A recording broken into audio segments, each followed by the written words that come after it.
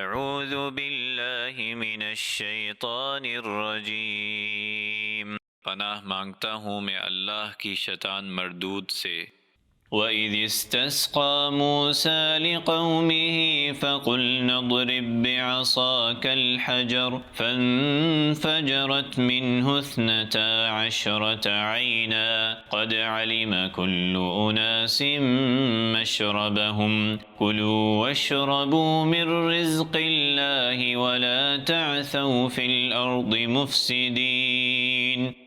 اور جب موسیٰ نے اپنی قوم کے لیے پانی طلب کیا تو ہم نے حکم دیا کہ اپنی لاٹھی سے چٹان کو مارو، تو اس سے 12 چشمے پھوٹ پڑے، اور ہر گروہ نے پہچان لیا اپنے پینے کی جگہ۔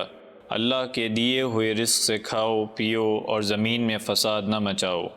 وَإِذْ قُلْتُمْ يَا مُوسَىٰ لَن نَّصْبِرَ عَلَىٰ طَعَامٍ وَاحِدٍ فادع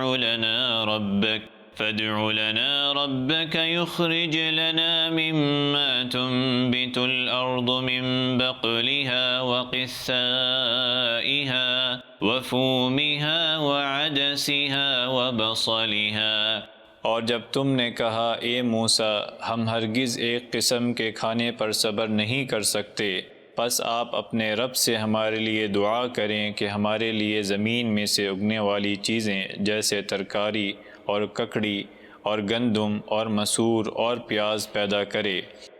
قال اتستبدلون الذي هو أدنى بالذي هو خير اهبطوا مصرا فإن لكم ما سألتم وضربت عليهم الذلة والمسكنة وباءوا بغضب من الله ذلك بأنهم كانوا يكفرون بآيات الله